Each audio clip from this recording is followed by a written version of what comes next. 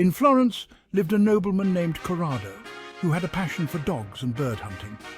There's nothing quite like the thrill of the hunt and the company of loyal hounds. One day he caught a beautiful crane with his falcon, and since it was tender and nicely fat, he sent it to his skilled cook named Chichibio, with the order to roast it well and serve it for dinner, so he could enjoy a nice meal. "I'll make sure this crane is roasted to perfection." Chichibio took it and immediately began cooking it. When the cooking was almost finished, a delicious aroma started spreading around. By chance, a girl named Brunetta, whom the good Chichibio was deeply in love with, passed by.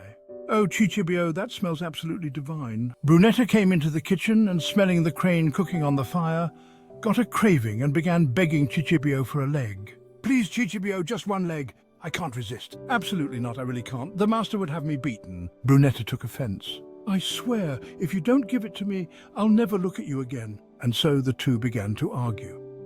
In the end, Chichibio gave in, and not wanting to upset his beloved, took a leg and gave it to her. "Here, take it, but please don't be mad at me." The crane was then brought, missing a leg, to Corrado's table, who had invited a friend for dinner. "What is this? Why does the crane have only one leg? Oh no, what have I done? This is rather peculiar, isn't it, Corrado?" When he realized something was wrong, Corrado, very surprised, called for Chichibio and asked where the other leg of the crane had gone. "Sir, cranes have only one leg and one foot." "What the devil do you mean? Is this the first crane I've ever seen? All the ones I've taken so far had 2 legs and 2 feet.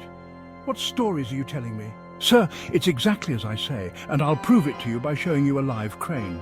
Then you'll see that these strange birds have only one leg, as I told you." "All right. You'll see in the morning, and if it's as you say, everything will be fine.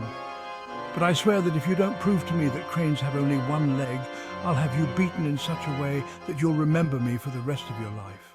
That evening, nothing more was said. But the next morning, at dawn, Corrado, still very angry, got up and ordered the horses to be saddled. Then he had Chichibio mounted on a mule and took him to the riverbanks where, at daybreak, cranes could always be seen. "Now we'll see which of us was lying last night." Chichibio, seeing that Corrado's anger was still strong and that he had to defend his lie, rode beside his master in fear, not knowing what to do. He would have gladly run away if he could, but since he unfortunately couldn't, he looked ahead, behind and to the sides. Everywhere he seemed to see only cranes standing firmly on 2 legs.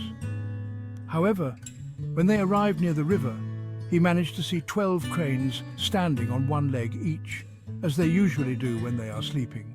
"Sir, you can see very well that I told the truth last night. Cranes have 1 leg and 1 foot. Look over there."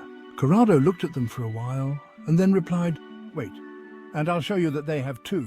And approaching the birds, he shouted, "Oh, oh." At that cry, the cranes, frightened, lowered their other foot and, taking a few steps, flew away.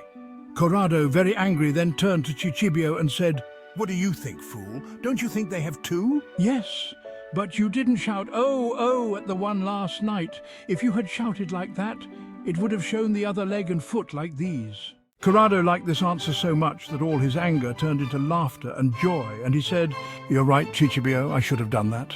And with his clever answer, Chichibio avoided the beating and made peace with his master once again.